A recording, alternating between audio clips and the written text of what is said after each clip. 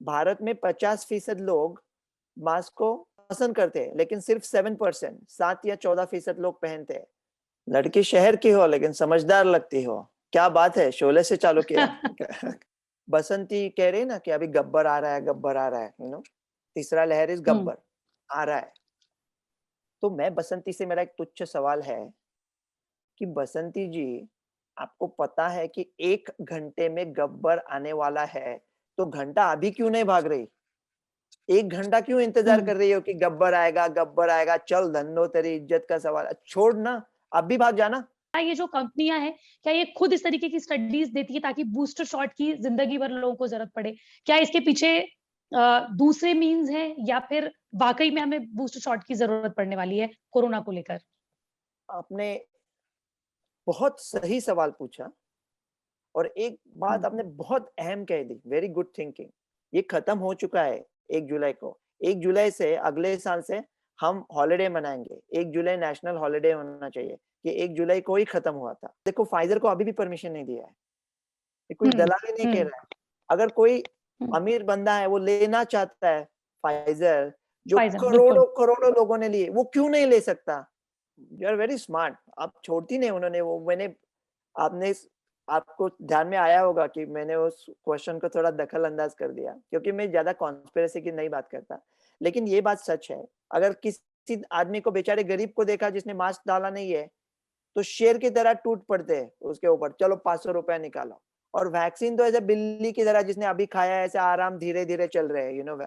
Vaccination जल्दी करो, अभी कुछ नया सोचो। तो धन्नो बसंती अगर रामगढ़ में है ही नहीं और गब्बर रामगढ़ में है, तो फिर धन्नो और बसंती को डरने की क्या जरूरत? या फिर डॉन के अलग अलग तरीकों से आपको आसान भाषा में जो कोरोना वायरस और उस पर आपका क्या इफेक्ट पड़ सकता है, ये तमाम बातें जो बताते हैं डॉक्टर रवि गोड से हमारे साथ एक बार फिर से मौजूद हैं। बहुत बहुत स्वागत है आपका न्यूज तक पर, आप हमारे साथ जुड़े हैं। आपका न्यूज तक पर जुड़ने के लिए बहुत बहुत स्वागत डॉक्टर रवि गोड से। लड़की शहर की हो लेकिन समझदार लगती हो। क्या बात है, शोले से चालू किया। तो पहला सवाल तो ये है, जो लोगों ने हमसे पूछा है कि अब तो डॉक्टर गोडसे के अमेरिका में भी फेस मास्क जो है वो पहनना जरूरी हो गया है, तो फिर हम कब तक इससे निजात पाएंगे? अमेरिका में जो मास्क कह रहे हैं, उसमें वो हम्म। सीडीसी है, वो वात कुक्कुट की तरह है। वो हमेशा रोज बदल रहा हम्म। है। अभी उन्होंने देखा, हम्म। पहले क्या कहा था उन्होंने, अगर वैक्सीनेटेड है आप पूरी तरह से, तो आपको मास्क पहनने की कोई जरूरत नहीं, इंडोर में भी। लेकिन अभी केसेस बढ़ रहे हैं थोड़े। और केसेस क्यों बढ़ रहे हम्म। हैं? कि अगर दोनों डोज आप फाइजर के ले चुके हो, तो आपको मामूली कोविड, अभी उसको मामूली कोविड कहेंगे, जो पहला अपना कोविड चाचा था उसको मामूली कहेंगे, तो you are protected hmm. About 95%। Delta है जो B1617.2, उसके अगेंस्ट 88% है। इसका मतलब 100 लोग जिन्होंने दोनों डोज लिए हैं, वो कोविड पेशेंट के संपर्क में आते हैं, फिर भी 12 लोगों को हो सकता है। तो उन्होंने ऐसा कहा है, अगर आप पूरी तरह से वैक्सीनेटेड हो और आप ऐसे एरिया में रहते हो जहां कोविड का ट्रांसमिशन बहुत है, तो दूसरों के बचाव के लिए आप ऐसा सोच सकते हैं कि आप मास्क डालो। ऐसा सीडीसी ने कहा है। अमेरिका में मास्क पहले से ऑलमोस्ट वॉलंटरी था। मास्क में प्रॉब्लम क्या है ना, मास्क अच्छे हैं, सस्ते हैं, हम्म। बहुत इजी है पहनने में। लेकिन जो लोग मास्क को पहन पसंद करते हैं, उनको वो दूसरों में डालने में बहुत मजा आता है। वो खुद डालने से, वो आपने नहीं डाला, आपने नहीं डाला, आपने नहीं डाला, तो छोड़ दो। जो अपना अपने आप मास्क पहनो, आपको मास्क पहनने से भी प्रोटेक्शन है। मैं मास्क के खिलाफ कुछ नहीं कह रहा। तो अमेरिका में अभी केसेस हम्म। क्यों बढ़े हैं कि देखो, हम्म। यूके में भी जो हॉस्पिटलाइजेशन है, उसमें फाइजर या कोविशील्ड के आप दोनों डोज लिए हैं, तो सीरियस डिसीज से आप 96% बराबर सेफ है। लेकिन 96% का मतलब ये है कि 100 में से 4 लोग, फिर भी उनको सीरियस डिसीज हो सकता है 2 वैक्सीन डोज लेने के उपरांत। और ऐसे लोगों का फ्रस्ट्रेशन में समझ सकता हूँ, क्योंकि कि है, दोनों डोज लिए, हमको लग रहा था ये पैंडेमिक खत्म हो गया, फिर भी ना तो कोविड हुआ लेकिन सीरियस हुआ। तो उनका मैं फ्रस्ट्रेशन समझ सकता हूँ। लेकिन वो कहते हैं ना, सुख बांटने से बढ़ता है। और दुख भी बांटने से कम होता है। यहाँ हम लोग बांटने की जरूरत नहीं है।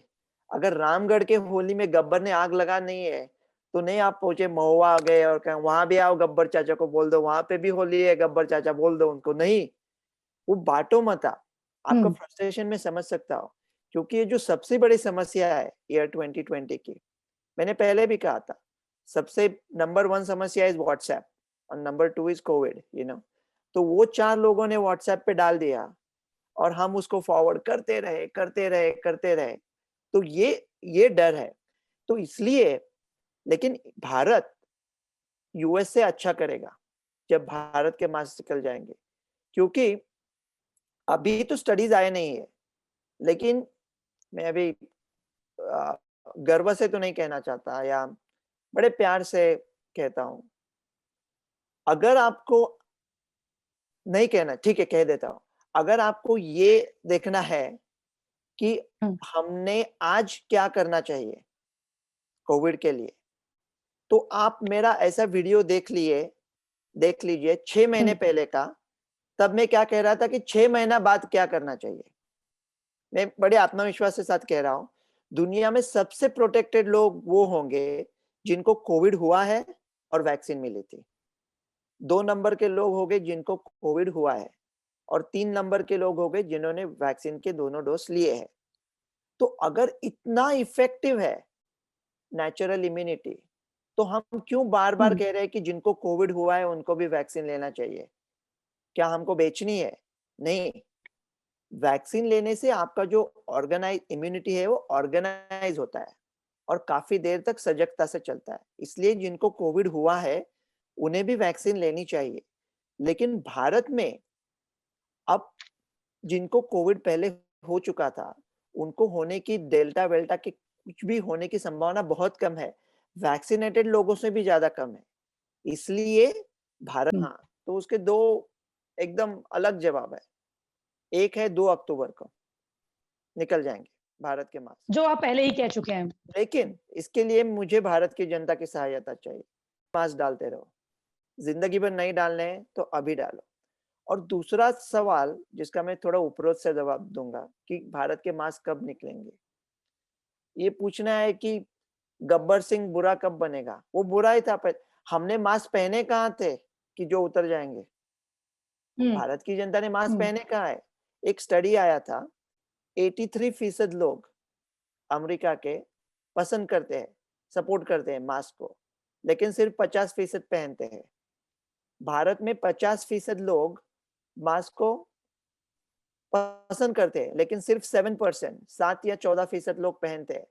अगर सिर्फ 14% लोग पहन रहे हैं तो मास्क निकालने के क्या मतलब? उन्होंने पहले ही निकाल चुका है। उनका प्यारी सी सूरत हमें अभी भी नजर आ रही है। वो गाना था ना हिंदी, छू लेने दो नाजुक होठों को। अपने यहाँ मास्क ऐसा पहने कि किसी के नाजुक होठों को मास्क का टच ही नहीं होता, मास्क तो यहाँ पे ही होता है। और ये मैं तन से नहीं कह रहा है, ऐसा ही है और ऐसा ही रहने वाला है। भारत के मास्क 2 अक्टूबर को निकल जाएंगे। अमेरिका में भी मास्क वापस नहीं आए, अमेरिका में तीसरी लहर नहीं आएगी, और अभी हम लोग लॉकडाउन नहीं करने वाले हैं। अभी जो खुला है वो ऐसा ही रहेगा अभी, और पूरे दुनिया में भी ऐसा ही चलेगा। तो दूसरा सवाल है इसी से जुड़ा हुआ कि महाराष्ट्र के स्वास्थ्य मंत्री हैं, उन्होंने कहा है कि केरल में जिस तरीके से केसेस बढ़ रहे हैं, हो सकता है कि ये तीसरी लहर का इशारा हो।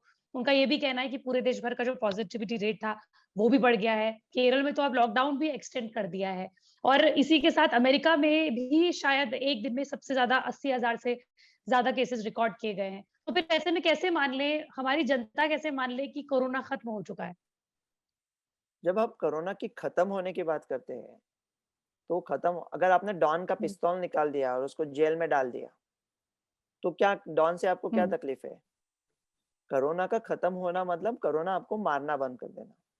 अगर आपके भारत में मलेरिया के कितने केसेस आए कल, डेंगू के कितने आए, हार्ट डिसीज के कितने आए, बाइसिकल कितने एक्सीडेंट हुए, वो कौन गिनता है? उसकी तो कोई गिनती नहीं है। बम्बई में 3,468 लोग पिछले साल लोकल एक्सीडेंट में मरे थे 2019 में। तो क्या हम लोकल से ट्रैवल करना बंद कर दे? नहीं। तो जब कोविड आपको मारना बंद हो जाए और केसेस जो होते हैं उससे वेव नहीं बनता, हॉस्पिटलाइजेशन से बनता है। तो अगर हॉस्पिटल जो लोग वैक्सीनेटेड है, अगर कोविशील्ड या कोवैक्सीन दोनों बड़े प्यारे बहुत अच्छे वैक्सीन है, एफिकेसी थोड़ा कम है, तो 100 लोगों ने लिया है तो 35 लोगों को फिर भी हो सकता है, इसलिए केसेस बढ़ेंगे और भी बढ़ सकते हैं। इंग्लैंड के भी केसेस बढ़ेंगे, लेकिन वो cases will not translate into hospitalization. ये खत्म हो चुका है 1 जुलाई को। 1 जुलाई से अगले साल से हम हॉलिडे मनाएंगे। 1 जुलाई नेशनल हॉलिडे होना चाहिए। ये 1 जुलाई को ही खत्म हुआ था, ये खत्म हुआ है। अभी आप सिर्फ वैक्सीन लेते रहो, और अब ये जो लोग तीसरी लहर कह रहे हैं ना, वो तो नहीं आने वाली। तो फिर केरल के ये जो केसेस हैं उसके बढ़ने का रीजन क्या है, और क्या वाकई में ये पूरे देश को अफेक्ट नहीं करेगा? केरल के केसेस बढ़ने का ये जो बड़ा अच्छा सवाल है, और मैं जो कहता हूँ कि भारत में महामारी खत्म हो चुकी है, किस बलबूते पे कहता हूँ? हमारा वैक्सीनेशन तो 7 या 10% के बीच में ही है। एक डोज जिनका लेट मी वैक्सीन गेस, शायद हर्ड इम्यूनिटी। हर्ड इम्यूनिटी, लेकिन वो कहते हैं ना, ये एक इशारा है आफाते नागानी का, किसी जगह से परिंदों का अचानक कूच कर जाना। Kerala was best. It's a literate state. It's a very organized state. और बहुत अच्छी तरह से काम किया उन्होंने। केरला मॉडल था ना, 0 केसेस आ रहे थे वहां पे। ऑस्ट्रेलिया मॉडल था दुनिया का, न्यूजीलैंड मॉडल था, जर्मनी मॉडल था। जो देश टेस्ट, ट्रेस, आइसोलेशन के जरिए से कोविड को पूरी तरह मिटाना चाहते थे, उनमें नेचुरल इम्यूनिटी नहीं है। तो जो सफलता की जो हम किस्से गा रहे थे और हम उनको कंधे पे लेके डांस कर रहे थे, ठीक है, वहां वो टाइम हमें पता नहीं था। वो जब सफल लोग अब प्रॉब्लम में आ सकते हैं, लेकिन आएंगे नहीं, क्योंकि उनको अभी वैक्सीन मिलेगा। तो वैक्सीन उनको हॉस्पिटलाइजेशन से बचाएगा। तो जो भी कोई कंट्री हो, अभी ऑस्ट्रेलिया का पॉपुलेशन सिर्फ 2.5 करोड़ है, और ऑस्ट्रेलिया में पूरे पैंडेमिक में 2 साल में 33,200 केसेस आए हैं और 922 मौतें हुई है। 922 deaths in the entire pandemic. USA का 4-4 हजार लोग मर रहा था दिन में, और ऑस्ट्रेलिया का पूरा पैंडेमिक में 922। न्यूजीलैंड का सिर्फ 27, वियतनाम का सिर्फ 35 था, क्योंकि वहां के लोगों को कुछ नेचुरल इम्यूनिटी है ही नहीं। अभी ये जब कुछ नया वेरिएंट आएगा तो वो ऐसा आग की तरह फैल जाएगा वहां पे, इसलिए उनको वैक्सीन ज्यादा करने की जरूरत है। केरला में नेचुरल इम्यूनिटी बाकी के स्टेट्स के मुताबिक कम है, इसलिए केरला में ज्यादा केसेस दिख रहे हैं, क्योंकि नेचुरल इम्यूनिटी सबसे अच्छा बचाव करती है। और हमें केरला से क्या करना है? हम लोग क्या करते हैं कि केरला मानो तो गब्बर है, ओके? बसंती कह रहे हैं ना कि अभी गब्बर आ रहा है, गब्बर आ रहा है, तीसरा लहर इस गब्बर आ रहा है। तो मैं बसंती से मेरा एक तुच्छ सवाल है कि बसंती जी, आपको पता है कि 1 घंटे में गब्बर आने वाला है, तो घंटा अभी क्यों नहीं भाग रही? 1 घंटा क्यों इंतजार कर रही हो कि गब्बर आएगा, चल धन्नो तेरी इज्जत का सवाल, छोड़ ना, अब भी भाग जाना, रुक क्यों रही है? अब केरल में वो कह रहे हैं ना अभी 3rd लहर आ रहा है, तो केरल में क्या करना चाहिए? हमारे जो पूरे मोनोक्लोनल एंटीबॉडीज है, वो 80% काम करेंगे सीरियस लोगों को अस्पताल के बाहर रखने के। इंडिया का पूरा मोनोक्लोनल का स्टॉक खरीद के मुफ्त में केरला भेज दो। इंडिया का जो सब वैक्सीन सरप्लस स्टॉक है, सब केरला भेज दो। अभी जहां हॉटस्पॉट है उसे वहां मिटाओ ना। आप क्यों होली के दिन पे इंतजार करते रहे कि वो आग लगाने को आएगा तब मैं उसको पकड़ूंगा? आप उसके अड्डे पे जाओ ना, वहां मार दो उसे। ये जो मैंने 1 जुलाई को खत्म हुआ था कहा, शायद 2-3 हफ्ता इधर उधर हो गया, मैं अभी मुकरा नहीं रहा हूँ। मैं अभी कह रहा हूँ 1 जुलाई को ही खत्म हुआ था, लेकिन तीसरी लहर नहीं आने वाली है, लहर इस स्वरूप में नहीं आने वाली है। आप सिर्फ केसेस काउंट करना बंद करो। मेरा सवाल ये है कि आप वैक्सीन जो है वो बहुत इंपॉर्टेंट है, वो आपको हॉस्पिटल जाने से रोकती हैं। आपने हमें पिछले इंटरव्यू में भी इन तमाम सवालों के जवाब लिए थे, लेकिन लासिच की जो ये रिपोर्ट आई है जिसमें उसने फाइजर और एस्ट्राजेनेका के बारे में कहा है कि कुछ हफ्ते बाद दोनों वैक्सीन लेने के बाद लोगों के शरीर की जो एंटीबॉडीज थी वो 50% कम हो गई। क्या इसको किस तरीके से लेना चाहिए? और इसी में एक और सवाल है कि क्या ये जो कंपनियाँ हैं, क्या ये खुद इस तरीके की स्टडीज़ देती है ताकि बूस्टर शॉट की ज़िंदगी भर लोगों को ज़रूरत पड़े? क्या इसके पीछे दूसरे मीन्स हैं या फिर वाक़ई में हमें बूस्टर शॉट की ज़रूरत पड़ने वाली है कोरोना को लेकर? आपने बहुत सही सवाल पूछा और एक बात हुँ, आपने बहुत अहम कह दी, वेरी गुड थिंकिंग। ये लैंसेट का स्टडी है ही नहीं, ये लैंसेट में हुँ, आया ही नहीं है। एक दूसरे किसी कंपनी का स्टडी है जिन्होंने हुँ, लैंसेट को एक खत भेजा था और वो खत लैंसेट ने छापा था और हुँ, लैंसेट कहता है कि जो हुँ, खत है वो पीयर रिव्यू नहीं करते, तो लैंसेट ने उसको ठीक तरह से जांचा भी नहीं है और वो लेटर में हुँ, खुद कहा है कि हमारा स्टडी बहुत छोटा है और हमने सिर्फ एक ब्लड टेस्ट किया है। तो ये लैंसेट का स्टडी है नहीं, पीयर रिव्यूड है नहीं। जो लोगों ने किया है वो खुद कह रहे हैं कि इस स्टडी की तरफ ध्यान मत दो। मेरा प्रॉब्लम ये नहीं है कि ये स्टडी क्या दिखाती है। मेरा प्रॉब्लम ये है कि ये स्टडी क्यों की? ये स्टडी करने की ज़रूरत क्या थी? अगर 10 बच्चे हैं और उनका एक स्टडी किया कि वो जाके गब्बर को बोल देते हैं कि रामगढ़ में होली है, तो कैसा गब्बर ने रिएक्ट किया? वो बच्चों की उम्र क्या थी? गब्बर क्या बोला? मैं बच्चों से कह रहा हूँ, बच्चों आप गब्बर चाचा से कहने क्यों गए कि रामगढ़ में होली है, वो आग लगा देगा? क्या ज़रूरत क्या थी? हुँ, ये टेस्टिंग करना सरासर गलत है। और क्यों गलत है? ये टेस्ट में सिर्फ एंटीबॉडी मेजर किया, बाकी कुछ मेजर नहीं किया। हुँ, हुँ, एंटीबॉडी लेवल है, आप आपने अगर अमेज़न पे कोई ऑर्डर किया, अगर हमने एक रवि और श्रेया जी ने एक बुक लिख दिया नेक्स्ट साल कि कोविड को 2 लोग ने कैसे मात कर दी, हँसते-हँसाते और वो हुँ, अमेज़न पे बुक है अपना और लोगों ने खरीद लिया तो पैसा मिलेगा, ओके? तो लेकिन हुँ, अमेज़न स्टॉक करके क्यों रखेगा बुक? जैसा हुँ, ही ऑर्डर है, जैसे ही हंसा मामी ऑर्डर करेगी, अमेज़न प्रिंट करके हुँ, भेज देगा ना।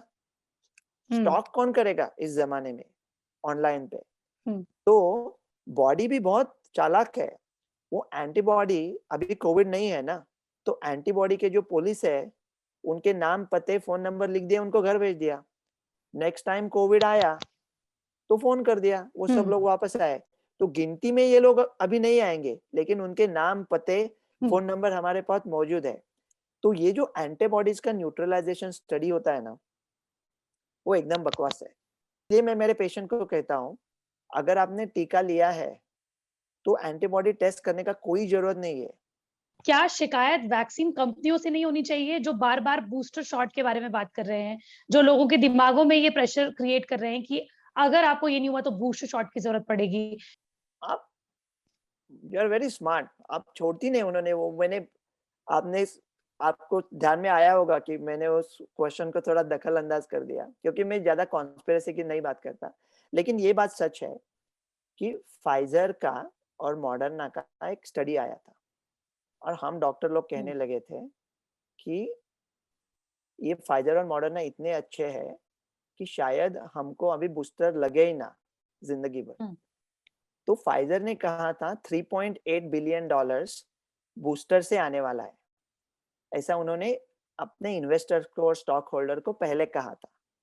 तो हुँ, अब जब ये न्यूज़ आई कि अभी हुँ, बूस्टर की ज़रूरत ही नहीं, तो फिर जो स्टॉक होल्डर्स है वो थोड़े अपसेट हो गए क्योंकि 22,000 करोड़ का मुनाफ़ा आने वाला था, 28,000 करोड़ का और उसमें कोई हर्ज नहीं है। पूंजीवादी हुँ, देश अगर प्रोडक्ट अच्छा बनाते हैं, बीएमडब्ल्यू और आईफ़ोन को पैसा थोड़ा ज़्यादा ही लगता है, तो हर्ज नहीं है कोई। लेकिन फिर ये इन्वेस्टर लोग सडनली मायूस हो गए कि अपना पैसा गया। तो 2 दिन में रिपोर्ट आने लगे कि शायद बूस्टर की ज़रूरत है। ये clearly this is related to money. लेकिन ये जो बूस्टर है, वो बूस्टर अभी अमेरिका कह रहा है कि जिनकी इम्यूनिटी कम है, जिनको कोई हुँ, ट्रांसप्लांट है या बहुत उम्र ज़्यादा है या कोई ऐसा डिसीज़ है, हुँ, उन लोगों को शायद बूस्टर लगेगा। और फ्लू का हुँ, बूस्टर तो हम साल लेते हैं, तो बूस्टर लेने की कोई उसमें कोई हर्ज नहीं है। मेरा ये मानना है कि जिन लोगों को कोविड हो चुका था, वो तो शायद उम्र के लिए बच गए। उनको शायद बूस्टर की जरूरत ही नहीं। वैक्सीन की रफ्तार है जो बहुत धीमी चल रही है, सरकार शायद अपना इस जुलाई में जो उनका टारगेट था वो भी शायद कंप्लीट ना कर पाए। तो क्या ये कोई खतरे की घंटी है? और इसी के साथ जुड़ा हुआ ये भी सवाल है कि अगर वैक्सीन का टारगेट कम ना भी कर पाए, क्योंकि हो सकता है कि आप इसका जवाब यही दें कि हर्ड इम्यूनिटी है तो शायद वैक्सीन की जरूरत हो या ना हो, तो क्या कोरोना हमारे बीच से कभी नहीं जाने वाला? फर्क क्या पड़ता है कभी नहीं गया तो, अगर वो आपको मारना बंद करे तो हुँ, कोरोना क्या, और ये जो मैंने कहा है तीसरी लहर नहीं आएगी, इसलिए मुझे गवर्नमेंट से कुछ हुँ, नहीं चाहिए। हुँ, जो जैसा वैक्सीनेशन और रफ्तार से किया तो और अच्छा है, लोगों को सीरियस डिसीज से बचा देगा। वैक्सीनेशन अभी थोड़ा इंटरेस्टिंग करना चाहिए, उसमें कुछ हुँ, मजा आना चाहिए कि फिरोज शाह कोटला खेल दो, दिल्ली डेयर डेविल्स को बुलाओ, जो लोग वैक्सीन करेंगे उसमें से 100 में से एक उनको बॉलिंग कर सकेगा। वहां पे हुँ, सीरो सर्वेलेंस करो, मास वैक्सीनेशन कैंपेन करो, 24 आवर बॉलीवुड का कॉन्सर्ट करो, जो लोग आते हुँ, हैं वहां एक एक डोज मिलेगा उनको। ऐसा कुछ उसमें उसमें कुछ जान आनी चाहिए। ये लोग तो ऐसे हुँ, लगते हैं कि मरे हैं और माइक्रोवेव में 5 मिनट डाल के बाद में अब बाकी क्या बात करते हैं, उसमें कोई स्पार्क ही नहीं है, और ये जो हुँ, टेस्टिंग ट्रेसिंग आइसोलेशन का पागलपंती छोड़ दो, ये सब पुराने पैतरे छोड़, जो भी आपके पास है अभी वो वैक्सीन पे डाल दो, ये बाबूगिरी छोड़ दो, सब वैक्सीन वैक्सीन वैक्सीन। और देखो फाइजर को अभी भी परमिशन नहीं दिया है, ये कुछ हुँ, दलाली नहीं कह हुँ, रहा है। अगर कोई हुँ, अमीर बंदा है वो लेना चाहता है फाइजर, जो फाइज़र बिल्कुल। करोड़ों करोड़ों लोगों ने लिए, वो क्यों नहीं ले सकता? क्यों हुँ, गवर्नमेंट? क्योंकि इंडेमिटी चाहिए ना, वो जो बंदा ले रहा है वो देगा ना इंडेमिटी। गवर्नमेंट को क्या, आपसे ज्यादा जानती है गवर्नमेंट कि आपके परिवार की रक्षा कैसे हो। ये हुँ, एट रिस्क वैक्सीनेशन ला दो, प्राइवेट कंपनीज को लाने दो ना। वैक्सीन आपके पास हुँ। नहीं होता ना, तो दूसरे से करो ना, क्या हर्ज है उसमें? एग्ज़ैक्ट। तो अब इसी के साथ सवालों का सिलसिला खत्म करते हुए मैं आखिरी सवाल पूछूँगी कि स्कूल्स जो हैं, क्योंकि वो शायद स्कूल खोलने की बात को हम ऐसे मान सकते हैं कि अब जो है वो खतरा टल चुका है। तो क्या ये वक़्त आ चुका है कि हम स्कूलों को खोल दें? वो भी तब जब इंडोनेशिया में केसेज़ बहुत ज़्यादा आ रहे हैं और बच्चों की मौतें बहुत ज़्यादा देखने को मिल रही हैं। हालाँकि एक्सपर्ट्स का तर्क ये है कि वहाँ पर केसेज़ ही इतने ज़्यादा आ रहे हैं कि फिर फ़र्क नहीं पड़ता कि बच्चे और बूढ़े या जवान कितने हैं। तो क्या इस तर्क को मान लिया जाए और स्कूल खोल दिए जाएँ? अगर 1000 बच्चों में से एक अस्पताल जाता है और सडनली हुँ, 10,000 केसेस आए, तो एक बच्चे की जगह 10 जाएंगे ना। आपने सही कहा, हुँ, केसेस ही इतने बड़े हैं। और इंडोनेशिया में भी देखा तो जो 150 बच्चों की मौत हुई, अगर 20 मौतें थी और उसकी 50 हो गई, हुँ, तो आप क्या कह सकते हैं? मीडिया 2 तरह से कह सकता है। एक तरह से कह सकता है कि 30 मौतें और हो गई। हम ऐसा नहीं कहेंगे, हुँ। हम कहेंगे मौतों के आंकड़े में 150% का इजाफा, तो लोग एकदम डर गए। 150% नहीं, 150% यार, 20 का 50 हुआ है। और नेचुरल इम्यूनिटी इंडिया के बच्चों में भी आ चुकी है। काफ़ी घर में जब लोग हुँ, संक्रमित हो रहे थे, और मानो हुँ, मानो बाकी सब एक्सपर्ट सही है और मैं गलत हूँ, मानो, हुँ, चांस ही नहीं है, कतई गुंजाइश नहीं, लेकिन समझ लो, ओके? तो अगर आपको लगता है कि बच्चे आईसीयू जाएँगे, तो आप बक-बक क्यों कर रहे हो? बच्चों की वैक्सीन लाओ ना। हुँ, 12 टू 18 में फाइज़र और मॉडर्ना 100% प्रभावी है। क्या और फ़ीसद प्रभावी चाहिए आपको? 1 सितंबर से 2 साल के ऊपर के बच्चों को लगेगा टीका, यूएस में। हुँ, तो अगर आप बच्चों के बारे में इतने डरे हो, तो लाओ ना। कहते हो कि ये कोई कॉन्स्पिरेसी है अमेरिका का वैक्सीन बेचने का। क्या अमेरिकन लोग इतने घटिया है कि खुद के 2 साल के हुँ, बच्चों को वो पैसा 2 पैसा करने के लिए वैक्सीन दे देंगे? हम हमारे बच्चों को दे रहे हैं। तो वैक्सीन की सेफ्टी हुँ, का इससे और क्या मायना हो सकता है कि हम अपने बच्चों के दे रहे हैं। बच्चों के नन्हे हाथों को छू लेने दो चाँद सितारों को। 4 किताबें पढ़ के वो अपनी तरह हो जाएँगे, उनको अभी किताबें पढ़ने दो। लेकिन अगर स्कूल खोलना है तो बच्चों का वैक्सीनेशन भी कंसीडर करना पड़ेगा। सब सब वैक्सीन, बिल्कुल। स्पुतनिक वी को अगस्त 11 को परमिशन दिया था रशिया ने, हम लोग हुँ, अभी लाए। मॉडर्ना को हुँ, परमिशन क्यों नहीं दिया था दिसंबर 2020 में? हुँ, क्योंकि इंडियन स्टडीज़ नहीं है और कोल्ड स्टोरेज नहीं है। अभी 8 महीने बाद इंडियन स्टडीज़ है क्या? नहीं। कोल्ड स्टोरेज है हुँ, क्या? नहीं। अभी मॉडर्ना को परमिशन दे दिया। तो वो 8 महीने का जो गैर ज़िम्मेदारी किया, उसके लिए उनको हुँ, जुर्माना कौन देगा? लोगों को बिल्कुल। दे रहे हैं ₹500 का चालान, मास्क नहीं डाला तो, अगर किसी आदमी को, बेचारे गरीब को देखा जिसने मास्क डाला नहीं है, तो शेर की तरह टूट पड़ते हैं उसके ऊपर, चलो 500 रुपया निकालो। और वैक्सीन तो ऐसे बिल्ली की तरह जिसने अभी खाया है, ऐसे आराम धीरे धीरे चल रहे हैं, वैक्सीनेशन जल्दी करो, अभी कुछ नया सोचो। ठीक है, तो हमारे साथ जुड़ने के लिए बहुत बहुत शुक्रिया डॉक्टर रवि गोडसे। और हम उम्मीद करते हैं कि हमारे जितने दर्शक हैं जो आपको हमेशा से देखते आ रहे हैं और आपके जो वीडियो को, प्रीवियस वीडियो को इतना पसंद किया, वो आगे भी इस वीडियो में भी उनके तमाम सवालों के जवाब मिल गए होंगे। बहुत बहुत शुक्रिया हमारे साथ जुड़ने के लिए। Thank you so much.